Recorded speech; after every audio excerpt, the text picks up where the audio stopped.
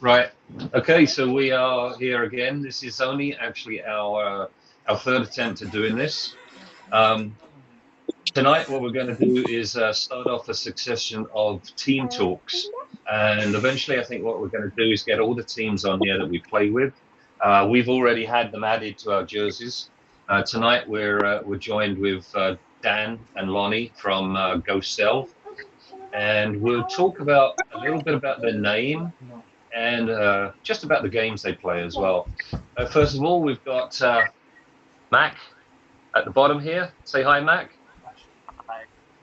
Yeah, say wave as well. Hi, Mac. There we go. We got Red Twin, and we've got Blue Twin. Okay, so I realize if you guys that are on this recording, all these guys are going to be in different areas, so it looks like I'm pointing to blank areas on the screen when I do this.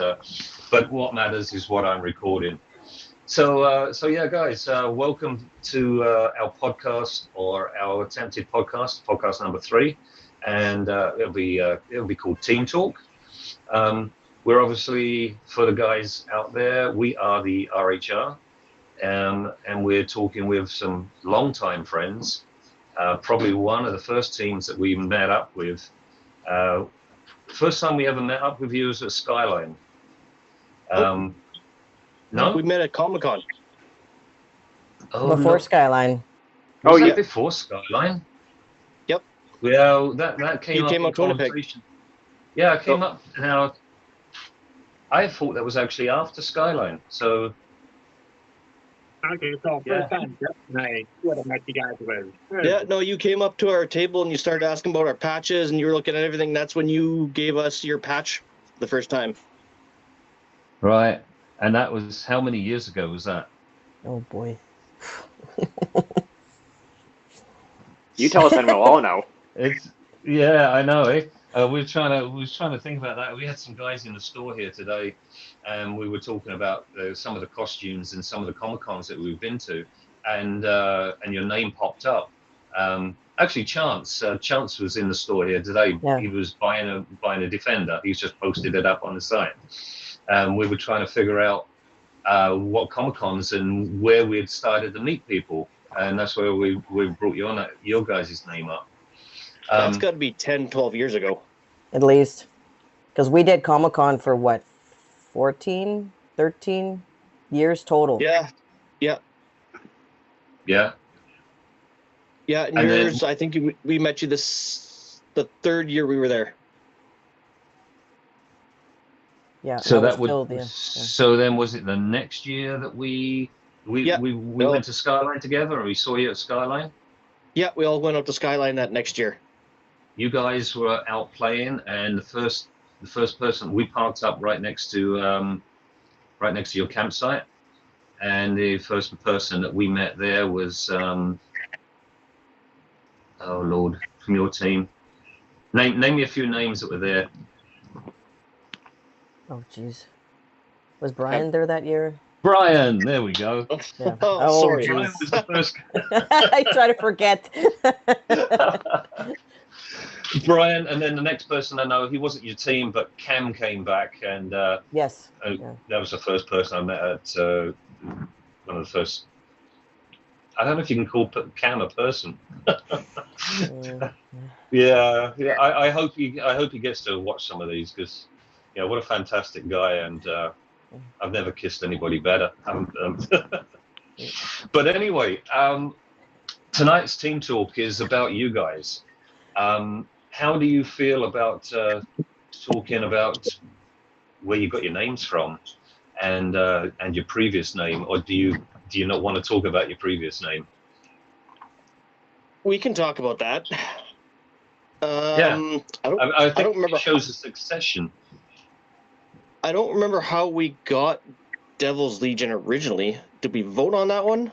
We voted for something that was badass that hadn't been taken. And it just seemed to fit with us because we were just a bunch of fill in the blank. Yeah. Crazy people. And then we had to end up changing our name a couple years later. We got contacted from the lawyer's office saying cease and desist because we tried to register our name or for a trademark, and he said, "No, you're using the word Legion, Can't use it. and you can't use that word."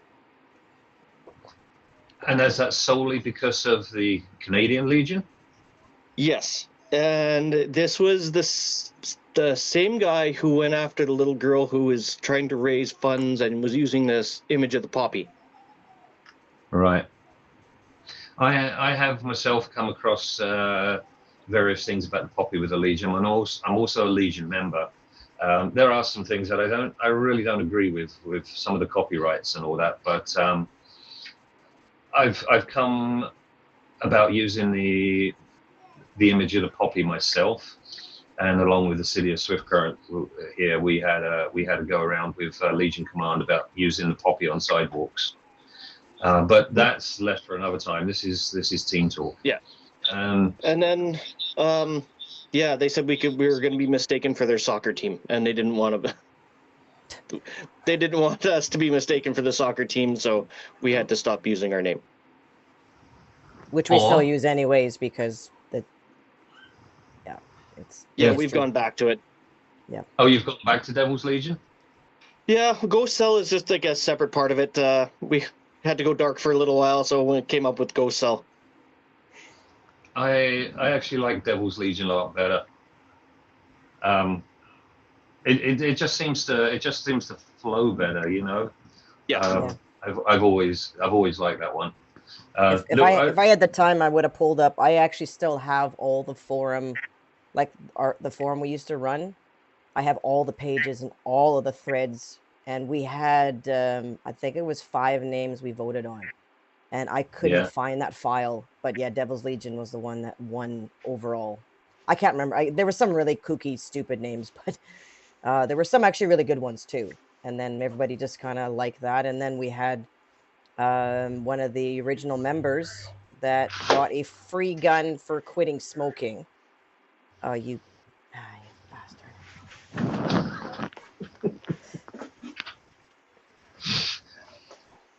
So he got a free gun for quitting smoking. He had a friend that designed the logo, and basically it became our logo. Unfortunately, that gentleman actually passed away, and then we've just owned the logo ever since. So, yeah, there it is. Yeah, I I'd noticed that when that was one of the questions, you know, because you gave us the coin last year, and I'd noticed it had Devil's Legion on it instead of Ghost Cell, so that was why I wanted to bring that up on this one. I think it's a fantastic. Yeah, it's a really good and challenge that's us coin. there. Yeah, if I had a chance, I would have put the poster, but I have that. And that was, I think we were the only team to actually clear an LZ and have a helicopter land and take off from that LZ, all on video. And there's a video online of that. Yeah, and that's all thanks to Dan. Dan set that up. Yeah. So yeah, when did you do that video? Because that was some time ago as well. That's 10 years ago.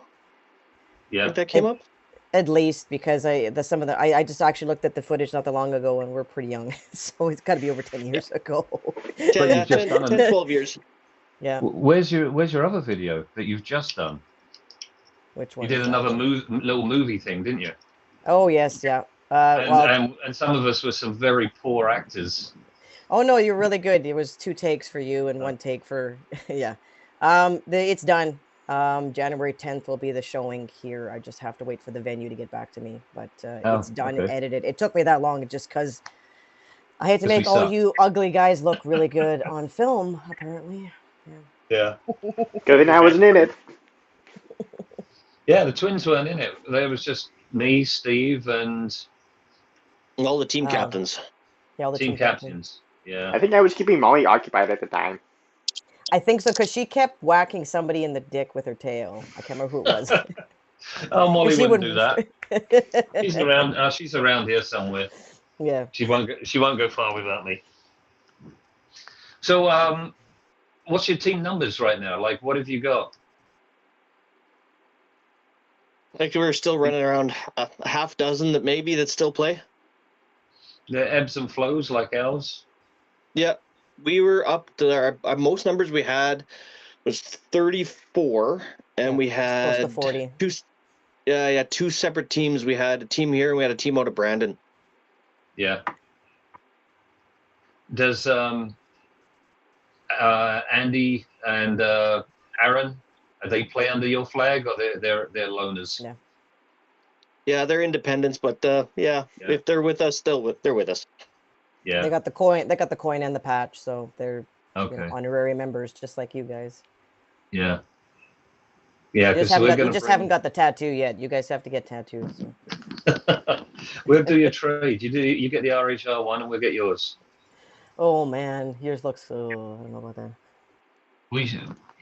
You want a big cock on your arm, don't you? I don't know about that. I think Dan's had one before. We know. Old Knights of Skyline, man.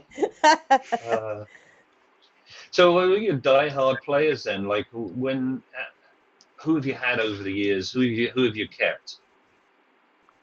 Oh, who's that You've guy met some from? the ones that still play. Matt still plays, Mhm. and Gordy. They still play every other weekend at the local field out here. Yeah. Trying to think who else we see regularly. Other than us, our Brett Edge. He's been with us now for 5 years. Yeah. He still plays. Nate, he still plays. I'm trying to think who else we even see anymore. It's one of those things. Everybody just gets a life and they get kids and that's it. they go off and do their own thing. You find the progression of things. It's like the only ones that aren't going to get girlfriends is Red Twin and Blue Twin up here. So I'm pretty safe with them. I'm stuck with them for the rest of my life, I think. This one down here, he's pretty fresh. So he's fresh to us, but they'll start like him. Then they get a girlfriend and they go missing for a little bit of time until the girlfriend kind of bores them. Then they come back and then they get a girlfriend that's on a bit more of a steady relationship. Then they get married, then they get a kid, and then they come back. I think we got Patrick with the SAS right now. He's on the swing to come back. I hope he's going to watch this later as well. So they're all guys like on our team talks. This is what we want to do. We want to change over and talk about the teams, talk about your teams, talk about fields that you play in, play with, what teams you've enjoyed playing with, and things like that. So what about anybody else that you want to bring in? How is Brian up there? Is he still around? Brian is still around. He has been working on his house. Last I heard, as an adult almost, working on his house and doing adult things. And almost. I think he was trying to sell it, and I don't know what his plans were after that. Yeah. Well, I hope he watches this as well. I'd like to just say hi to him. There's a couple of porridge bowls empty down here. Oh, Dan knows where we're going with that one. Yeah, and I'll have to explain that to him next week. Yeah, you explain that one. So, Fields, where'd you play up there? Okay, I guess the only one other than Splatters, would be Saint Laurent, Paintball Paradise. Yeah. And field owners up there, how are they? They're pretty good. Sean, he's the current owner of Paintball Paradise. Knowing him since he's gotten the job as general manager there, every once in a while he'll ask for our help during events, and he hasn't in a while, but we've been all busy by the time his events come up because we've been out in Swift Current. That's what I like. Pretty much right up until then, because we get back, there's a week off, and then we're over at his field. Yeah. And he likes to keep his missions kind of a secret these days till game day. Yeah. Was that the field that used to have the Tipman Challenge? Yes. Yeah, Is the that what Tipman they still Challenge. call it, or No, it was originally sponsored by Tipman, and they went away, and it was sponsored by someone else for a while. So they just took sponsors out of it and called it the Battle for Paradise every year, right? and they just changed the theme. Yeah. We keep meaning, like, you know, like you mentioned it earlier. Life just gets in the way. We keep wanting to come up there for a game with you guys because you know you do us the honor of coming down here and playing tactical challenge and that. I mean, there was some talk about you guys coming down for Havoc Wind as well. Is that still a thing? That'd be nice to do because that fills our in between times. Hop up airsoft field is literally, wow, like 5 minutes from my house, maybe a few more minutes from Dan's house. And the moment we stepped on that field and talked to them, they gravitated to us as mentors and as veterans. I've been called a veteran a few times on that field. But this has only been our first year on that field, but that's filled that void because they're so close. So Saturday morning, let's go. Okay, pack the shit in the car. Let's go. And they're a really good field. Same thing as paintball. These guys run, safety is safety, and they will kick people off the field if they're being dicks about it. So really good guys. We've gone to birthday parties with them and other little things, and so yeah, no, Havoc Wind would be nice because we'd go with them, carpool over and come see you, or even the other one we were looking at in Regina. What was that one, Dan? The one in July, Loyal Serpent, I think it's Operation Loyal Serpent, I think. Yeah, that looks badass. That's Yeah, I hear Havoc Wind's the better one. Because it's at your field. Yeah, because it's at our field. Plug. Yeah. No, I think they've opted to go for two fields. I don't blame them this year. It should maybe just explain to the other people that don't know, like, what you guys do, that you have a bit of a crossover with your team as well, that you play paintball as well as airsoft. Yes, that's pretty recent as of like this year for us. Kind of started playing for the movie we mentioned before. We ended up picking up a bunch of gear last year, and then once the movie's over, it's like, well, we have all this gear, and the field out here helped us out so much, so let's go play with them. So we start playing with them, and I know I commented on one of the other videos that that's where you find all the people that disappeared 10 years ago from Milsim and Bushball. That's where they are. They're airsofting. Yeah. It's a different sport. Yeah. What do you say, Twin? Yeah, I've seen him for the Operation Havoc Wind. Some of the guys that we don't get to see much anymore, like Cody, he are usually out there. So people have unfortunately switched over to an inferior product, but ow. I mean, it's got its own sort of issues. The nice thing is, at least the field we go to, they don't enforce the full face, so you can wear just goggles, which is a little hairy sometimes with guys, shooting sniper rifles. But it's just a different game altogether. But it's the same thing. But the core is two teams shoot each other. They gotta use teamwork, that type of thing. So I was leery about it in the beginning because of the different rules and the different equipment. But once we went for the first time, it felt like home. It felt the same. Exactly the same. We're just shooting a different projectile, that's all. That's it. It feels the same. It's just whatever feels right for you, I keep saying that paintballers aren't ready for airsoft style games, like where you're out on the field for 4 hours or 5 hours. They're just an hour-long game is a paintball game. We tried that because that's what we did with Devil's Legion. We were running scenario games and we ran them as military simulation games, and that was the thing with the paintball communities. They couldn't do that. They couldn't sleep out there. They couldn't, like to do all that stuff that they do for airsoft. They just wouldn't do it. And I don't. Yeah. It's the people that it brought in. I don't know. I don't know.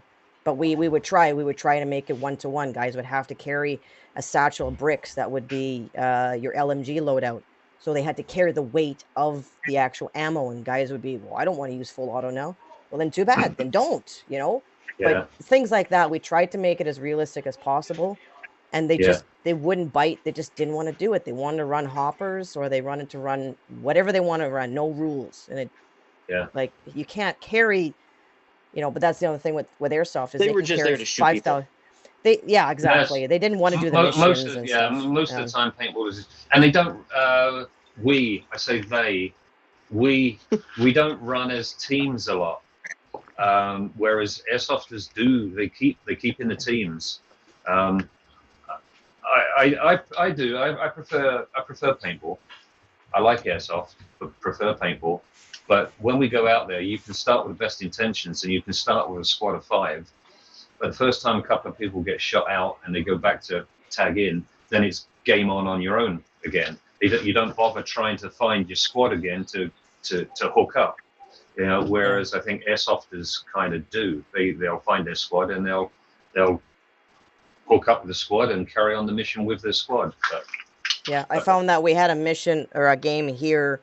I can't remember the name of the game, but it was teams of 5 or 6, and the people that were like that was attached to. I didn't know any of them, and I actually met 4 awesome guys. As soon as we would lose somebody, we would radio us saying, "Hey, let's wait at this point, and then you come and meet us," kind of thing. So it was totally different. It wasn't, not that we were lost without our 4th man or 5th man, but it was, we want to go as a group, right? Like we want to stick together. So I like that. It was something different. But we've done that with paintball too with our team. Like we go to the big games, like a Paintball Paradise, and any time we like those types of big games, we stuck as a team as best as we could until somebody got lost, something like that. Yeah. Yeah, we sort of did that years ago at Asquith, but then everybody kind of gets split up. We kind of knew where the end objective was, so we could kind of regroup. But along the way, everybody kind of got scattered, so you just kind of carried on until you finally made it there. So yeah. Well, it's Asquith. You could just go and spawn at the objective.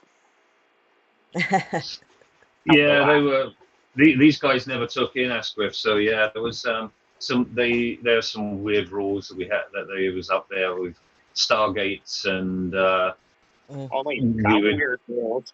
They were all you'd get the other team walk past you with their hand up because they've been shot out over there, but they're going to come and spawn behind you because they're allowed to spawn in another Stargate, and it was, well, we can't hold areas, this isn't.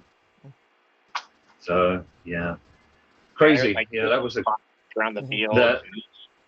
We'll try maybe one of these segments. That's a note that we'll put on here. We'll see if we can get Doug that used to run the games up at Asquith. See if he can get back on here, and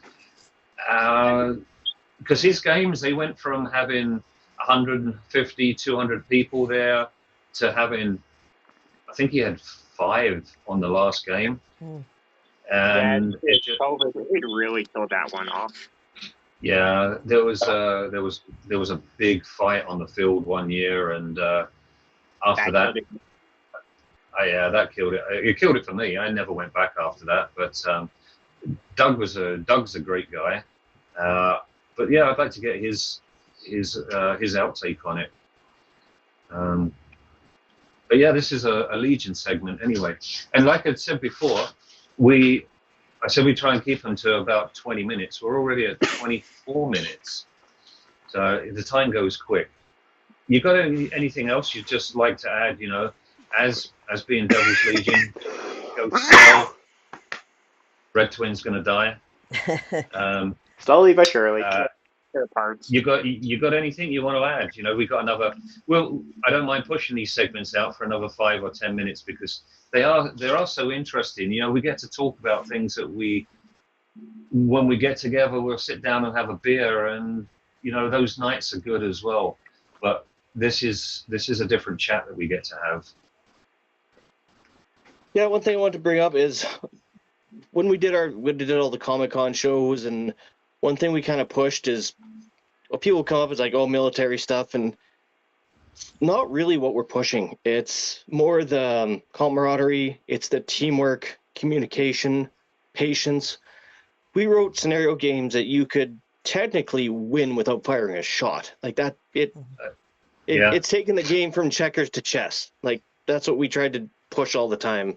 It's not just a simple go out and shoot kind of thing, and that's what built their core team, and that's why they're still close to this day. Yeah, and the big thing, what we started was when we were all young, we would go to fields and we would see young kids, renters, usually get lit up by the speedballers. So that was our big thing, was mentoring with those younger kids and getting them on a field where everybody had the same equipment. No one fired faster than the guy next to you. And it was, you could drop your gun, go grab the flag or the cash or the bomb, and you won the game without firing a single ball of paint. And following the rules. Don't wipe, don't do, don't cheat. And I don't, yep. And I was just going to bring that up. I don't remember who that was, and Dan could probably tell the story, but tell that story about the guy that came up to you and said that. There was Paintball Paradise was having a big game one year, and there was 5 separate teams. There was a Game of Thrones scenario, and they brought in special captains. And this guy, the one guy they brought up, was from the States, and we thought he was going to be a bit of a problem. He played with some other teams that we normally didn't get along with, and he came right up to me. He goes, "I know who you are. You're Devil's Legion. I've heard of you. You guys played with honor. We're going to team up with you for the day." And this was some place in the States that he had come from. So it was kind of nice. An honor to hear That's that. That's nice to hear. That's very nice to hear when another team comes up to you like that. They didn't even know that person, and I didn't realize it went that, like, we were part of Strike Force. We were part of all these big honorable groups back in the day. The Tipmen Owners Group, the A5, like all those groups on when Operator Strike Force. Yeah, Operator Strike Force, yeah. And we still have Was you ever t-shirts. part of CSPO? No. No, you didn't hear of that one? That's what brought us together, all of us together up here, was Canadian Scenario Paintball Operations. I heard about them. But I wasn't ever a member. I was a member of the Limited Ammo, the LA, I can't remember what the name of that one was, but again, another Limited Ammo scenario group. Yeah. So, but they've all been lost. Like, they've just lost. Like, I've searched a lot of these. Like, the Operator Strike Force was a big one. We still have patches and flags and t-shirts. It's been wiped from the web. Like, it's there's still members out there that we know of, like Lou down the States. He played in what was the movie he played in? Platoon. Platoon, yeah. Yeah, he played the guy that, what was the lane? You cheese dicks, welcome to Nam. That's so that right. was him. He was the guy with the clipboard as they all got off the plane. Yeah, and Lou was the guy credits. that was all he did, and he came to Skyline, and he's the guy that I mentored with, because he would play sniper and he would crawl with a ghillie suit. But yeah, he was a member, and again, like, across the border, and we all connected that way. That's how we all kind of connected in that community, was we had these little groups. But unfortunately, they've kind of gone to the wayside. I don't know of any ones that are still existing. Well, that gives me a good idea, because I know Lou is still in the background there. He doesn't play a lot anymore. No, but he's getting old. Yeah, like you, Andy, right?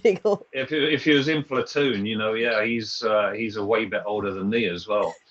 But I might get a sniper group on there, because Lou liked that. We've got a few guys who we met down in Skyline, that was all on that crew. Even Mark, the guy who I just went down to the States with, who ended up giving us that trailer load of stuff to come back with. His brother being Ops Force, Special Ops. So we can get Mark's story as well. These are all good stories to get together. Ops gear? Yeah, Ops gear. Yeah, that's another one that's gone to the wayside. That Yeah. We still have gear, T-shirts, patches, all that stuff. Yeah, Yeah. that's what got me really heavy into milsim paintball. Yes. Was ops gear. Yeah. I don't know how many thousands of dollars I dropped in that stupid store, and I still have well, Dan's got most of my shit now. So All of the special shrouds for your A5s and the yeah. and I think I've still got one. We call it the Intimidator that I put on the back of the Humvee with all the shrouds, and the thing weighs like 25 pounds when we're out there. Yeah. But it made it real though, and it was cool. I did. It made it real. Yeah. Yeah, and none of your whisper quiet guns. I had to have a noisemaker on the end. I wanted people to know I'm coming. Yeah. Yeah. Well, we're go ahead, Twin. So no. Well, we got ops gear here from March, so chances are we're going to see a lot more ops gear on the field next year.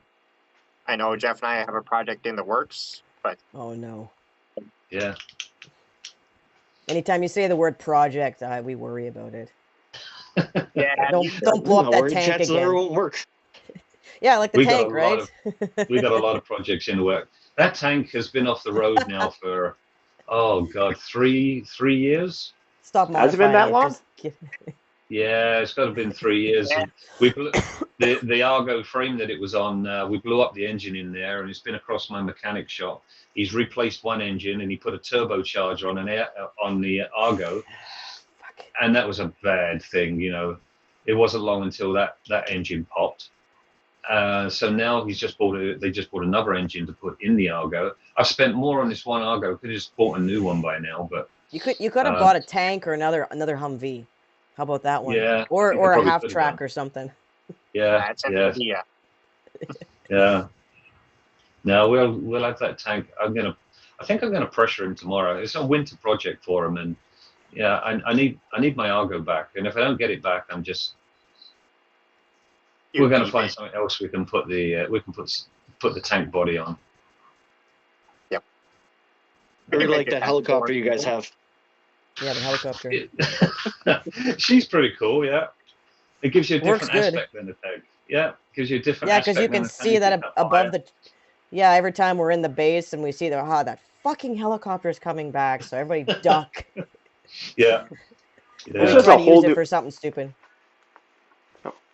Well, that's like I say, we like to do the things that other fields don't necessarily like to do. It's like you mentioned there, you could win a game without firing a single shot. Yep. Normally, I find field owners don't want to do that. And we play differently. Yeah, if you're not shooting, I ain't making money. We do that differently. We should care about making money, but we just don't. It's more like we love the games. We don't care if there's a game there, but we find paintballers want to shoot as well. So we do try and introduce those games that you don't necessarily just have to lay down a load of paint, and that's what our September long game was designed for. It's the tactical challenge. It's a challenge for a reason. If you want to come out and you want to lay down a lot of paint, and a game that we think renters can come into where we can, because we play a lot along the lines of what you guys do. We like to mentor those new players. So the game that we have, our season opener, is designed to let's test what the tactical challenge is going to be like later on. We can have a few test games, but we can bring the renters in as well. And hopefully, because it's the beginning of the season, those renters will carry on and be a little bit seasoned by the time the tactical challenge comes along. So, yeah, we like to bring them in on that one, because the tactical challenge isn't a game that I really want renters at. I don't. No, but if you get the renters are the ones that are gonna go to the store and buy the gear eventually. Like we've seen that with our team where and I because we used to take pictures of them like the year 1, year 2, year 3. In the year 1, they're in jeans, t-shirt, and a hoodie, and they got a Tipman like a 98 or something like that, or what. And then the next year they got an A5, and the next year they're getting into milsigs or they're getting into other stuff. So Yeah. that the renters are good to have at the tactical challenge. Again, they'd have to be more like mentored with other, because they're going to go on the field and they're going to like, they get scared away. There's a tank. There's a fucking helicopter, you know, Yeah. they might be scared, but they're the ones that are going to go buy the gear the next year and come back as more That's season why play. I like to get them in for the season opener though. Yeah. Because then it gives them a chance to get that gear for the tactical challenge. They can come out with us throughout the year, and it builds them up.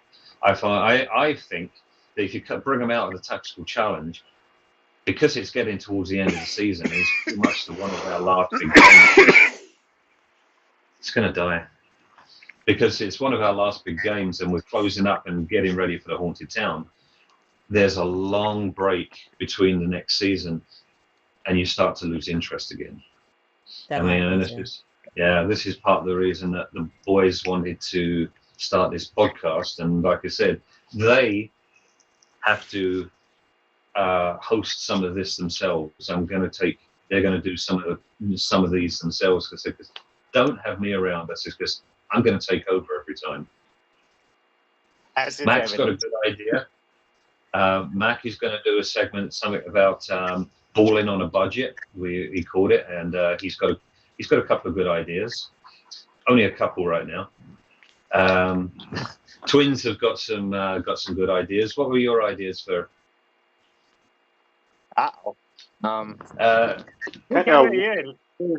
There's some various ideas around, kind of discuss what it is that we all do around the field throughout the year.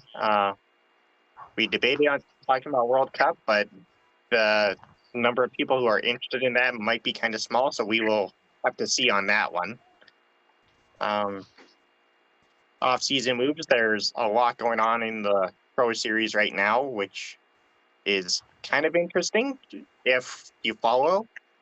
But once again, not many people really follow. So we kind of have to see. Lonnie, Dan, I guess you guys haven't heard of World Cup or any of the things they're talking about, eh? It's a speed. We don't follow it. Yeah, we don't follow it. Yeah. Even the local teams here are almost all gone. Yeah. You know it's there, but you just it's not your jam. Yeah. That, and where would we hear about it is the other thing. And which is most of the problem for paintball right now as it is. Unless it's at your local field, you're not going to know about it. And the only thing that's holding paintball right now is local or just like Facebook groups. Yeah. Like Winnipeg Paintball is a group, and whoever posts in it, trying to get people together every game. But there's no forums like there used to be. There's just these little groups, and if you don't know about the group, then you're not on it. Then you don't know anything about the community anymore. That's what I find. There used to be a lot more traveling. There used to be a lot more teams, like even just teams themselves. There used to be a lot more teams. That's what got us down to Lang. That's what found us with those guys. We went down to Waterton. Waterton, I can't remember the guys, the team name down there, but they disbanded after a while. There was 2 or 3 teams in Regina, Milsim teams like us. There's just not those teams out there again. I don't know what's changed in the world to make it go that way. But when we start to disappear, it's like, who's going to take over from us? Yeah, that's part of the problem. And that's, for me personally, we've ran things for so long. I don't know how many dozen games we actually wrote ourselves and ran. I've gone to 40 events now over my 31 years. And at this stage, it's like, I don't want to run things anymore. It's nice to show up to these games and play. Yeah. Because I've spent a lifetime in this game helping other people play. I'm usually the last person on the field because I'm getting this guy's gear. I get this guy got his gun, something wrong with it. Get them. We've been focused on other people. Now we're going out and playing, and we're playing. Someone else can run the games, but there's no one else there out. There's no one out there doing it.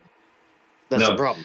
there's nobody out there doing it. I was finding when I was going away to a game, somebody would approach me, "Hey, do you want to be general?" I was like, "Well, no, I don't. I actually just want to come here and be told what to do for for these games because, yeah, I organise the games, places, and we play it on our field.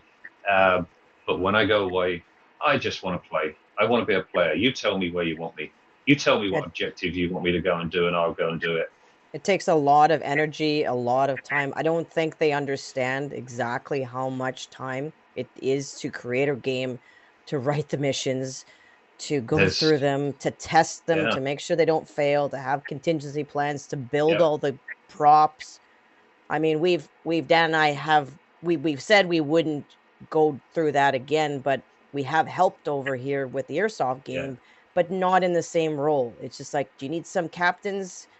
Cool. You need some people to play some roles that, are veterans that know what they're doing and will fuck around on the field and try to send, bomb vests towards the hospital to Dan and try to blow up the hospital 2, 3, 4 times. But it's just to have that because, the kids are like, cool. Like, I didn't know you guys are so into it. But to run games, I still have all that stuff on my computer and there are gigs of data, just missions. And I remember even just after a day of it, I was exhausted. I was tired. And then reffing the game. I'm fucking done, man. I'm getting too old for this. It's too much. It's too much We like feel politics, Yeah, we feel like that every year when these guys all help us with the tactical challenge, because obviously we keep going back there. That's our big game. It is a lot of work to try to make sure those missions go, and I use the boys as my devil's advocate. It's like I'll put a scenario together and they'll go and then we'll play it out a little bit, and then they'll go, what if somebody does this? They go, oh really?